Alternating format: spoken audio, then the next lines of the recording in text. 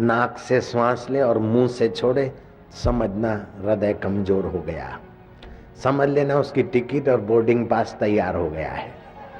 जयराम जी की। तो क्या करना चाहिए?